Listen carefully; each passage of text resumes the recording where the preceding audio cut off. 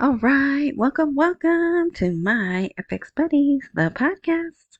And I say podcast because there are other mediums to enjoy this content. So the best way, though, in my opinion, is the blog. To go to the blog because the video's there and the articles are there. And for those of you who can't follow me, um, you can follow along with the words. There's no special pictures today, no videos. I wasn't even gonna post today, but I just reread this article and I was like, this is post worthy. I think so. All right. So it is Friday. It is the last day of February. It's Friday, February 28th. And where can you find this? Amazon Podcast, Apple Podcast, Spotify.com has video and audio. Um, Everywhere that I post under my FX Buddies. And yeah, all right, so we'll just get into it. This will be a shorter one. Not short, but shorter, because there was really no articles today.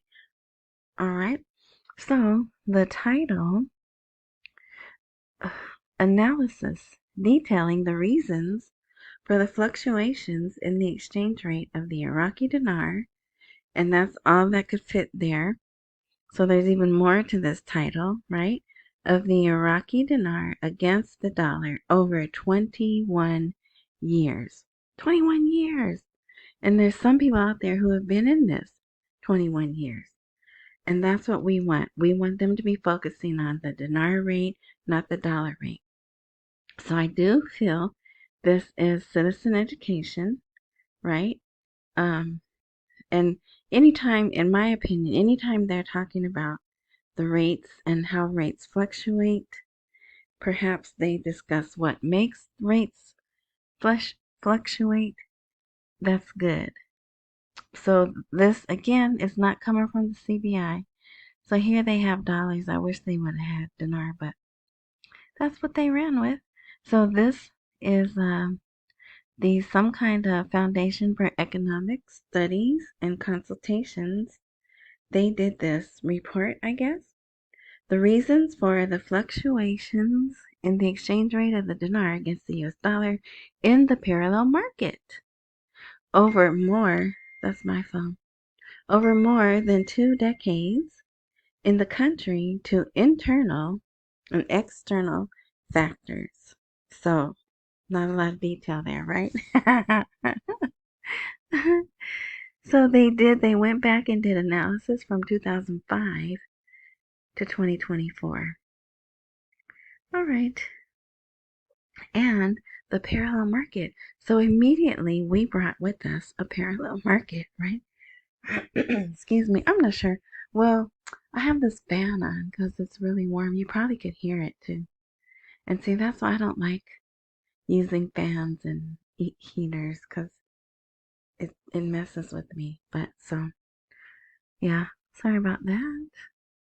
So supply and demand were the most influential, as the patterns of exchange rate changes differed according to the months of the year, as a result of internal and external factors such as the timing of the launch of the general budget and official holidays in major countries exporting goods to Iraq, such as China and Iran. So some people don't know, they just think a country's money is worth this. And why can't they just push a button and turn it on or turn it off or change the rate, right? But because we're global now, global economy, which I don't like. I think if you've been listening to me for more than a year, you know I don't like globalness. I like nationalness, but whatever.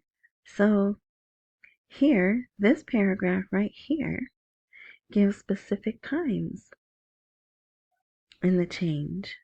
I should have bolded this. Maybe I'll go back and bold that. But let's see. Then here's another time. May was the month with the least frequent decline in the value of the dinar. So they did, and there's a chart, but the chart is in Arabic, and charts and tables and graphs, they don't translate well. They get out of order and the numbers change. So I didn't even bother to post it, but yeah, I think he had footnotes and everything. It's a proper report. So don't look at this article here on the blog and be like, she could have written that. And I think I have the link here right there. It's not live because we're in preview mode, but when it's a live blog, you'll be able to click there and go, and then you could see the chart. So yeah, so there's a few more months there, and it's not a hard read either. So I like that they put this out because maybe they're telling them, right, that they're about to change the rate. So Dinar goggles on. Yeah, and it even says when we look at all of this, it makes it necessary to monitor all these variables to understand the exchange rate changes more accurately. So they're doing this because they want people to understand, right? So that's citizen education, and I like it. All right. So here's more. From safe internet to smart systems, Iraq enters the digital revolution era with steady steps. And this is Mohammed Saleh, of course. He confirmed that Iraq is moving steadily towards achieving a major digital renaissance based on a set of foundations that support this trend. So there's infrastructure, advanced technological infrastructure, and what's the other one?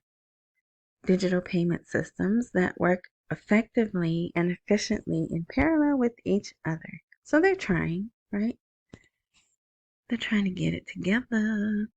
And then they ran this again. I don't know why they ran this article. Maybe, the people just aren't getting it, or they just wanted to spread it around. But it's Visa and MasterCard. So all the debit cards were, let me see, are they debit cards or are they credit cards?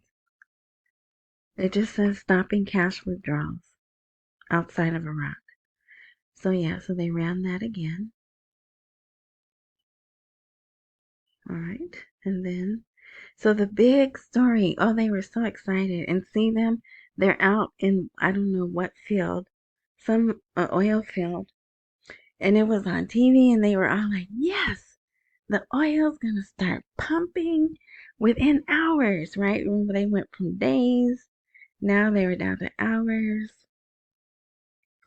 But yeah, it didn't happen. Oh, I didn't mean to split that up. Well, it did it again. Oh well, I'll fix it again.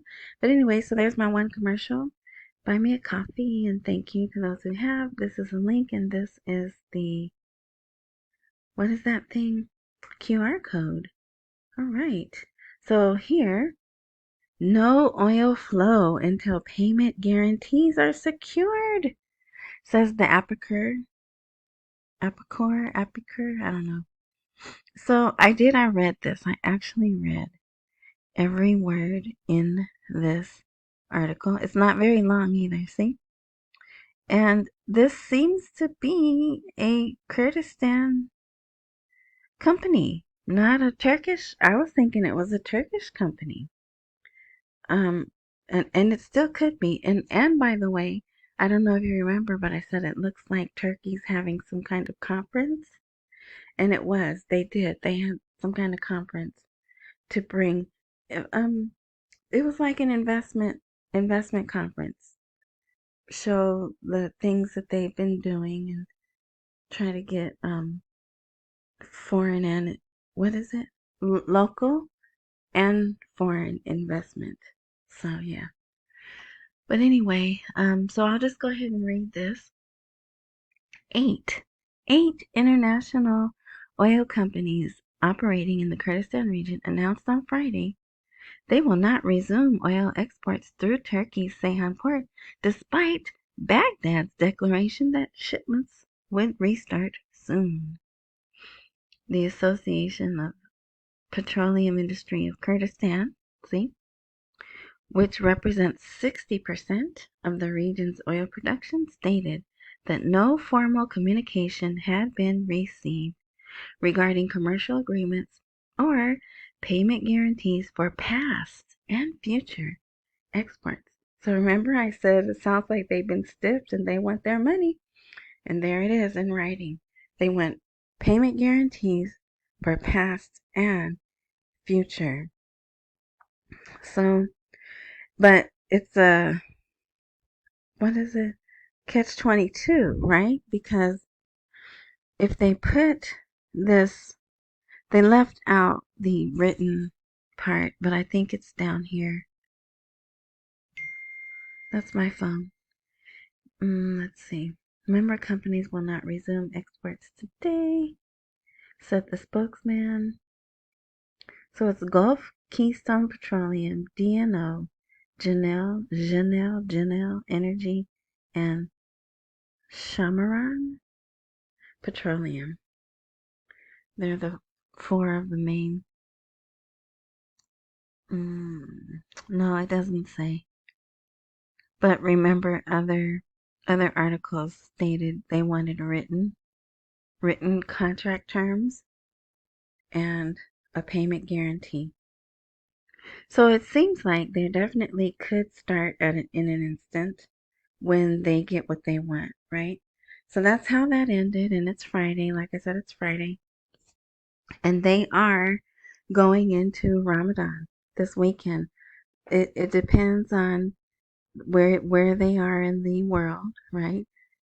But Sistani did come out and say yes, Sunday is the first day of Ramadan. But for them, remember they're on a they're on a lunar calendar. So even though it says Sunday, they start sundown Saturday. So, but they were already out. They were already out in the streets, traffic. Um, it seems like they waited till the last minute to go into the stores and buy stuff, which is good, right? Because that's usually when the people put stuff on sale. Especially like they have meat and some of the stores don't have the proper refrigeration units, so whatever they have that day, they have to sell, right? So if you wait till the end of the day to go, you might be able to negotiate down. But yeah, so, and I still don't know if Parliament's going to work during Ramadan. What else? What was the other thing that was up in the air? There was one more thing. Well, we know that that contract for the rare minerals did not get signed today, right? So, yeah, that's all I'm going to say. And please don't put any comments about that because, that could get heated. And we don't want any problems with the tube, right? Okay. Yeah, so that's it. Those are the three things. Um, so we'll see. I'll be watching over the weekend, but I have a feeling it's going to be a super quiet weekend. So don't panic. Enjoy yourself, right? Enjoy your weekend. All right, so we just have one last article. So remember, make Iraq great again. So they did put an article out about it. Some people are not happy about it because it's mega, right?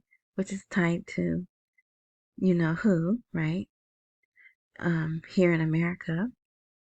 But yeah, so some people do like it. They think it's pretty catchy. So yeah, so they put an article out about it. Controversy and American reactions.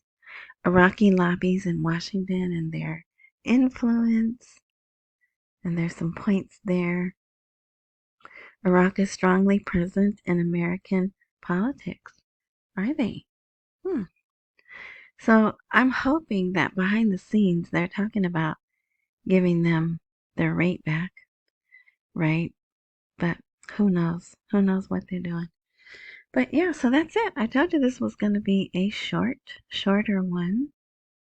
Everything's good. Everything is good. There's no steps backwards, just forward movement as far as this is concerned. Uh, the militias, they seem to be doing whatever, getting along. Yeah, so it was a good day. Good day in Iraq. Looking forward to a good weekend. If there's anything post-worthy, I'll post. I don't think I'm gonna post tomorrow, but I'll post Sunday just because it'll be 2 days, right? And I don't like to go more than 2 days because sometimes the news piles up and then I have to go over 30 minutes for the post, and I like to try to stay at 30 minutes. So yeah, so thank you for listening. Thank you for your support. Oh, and I forgot to say, the how to get to the blog, right? I always forget that. So, because the blog address is myfxbuddies.blogspot.com, and that's kind of long and a lot to text, you can look for a more open intro, info, description type of button and click that or whatever. And then another box opens with a link directly to the blog. And also, because I don't post regularly, it works best if you subscribe, follow, like, join. And there's another one which I can never think of.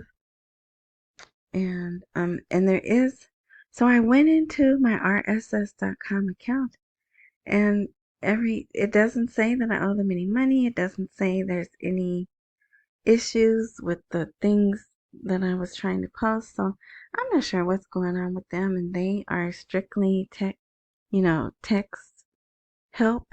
There's no phone number to call and speak to a human. So over the weekend I'll try to get that resolved because I like having the transcripts available.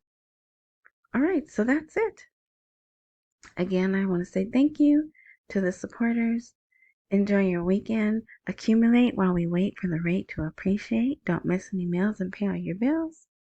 Enjoy the rest of your morning, night, noon, whatever time frame you are listening or watching this. And until next time.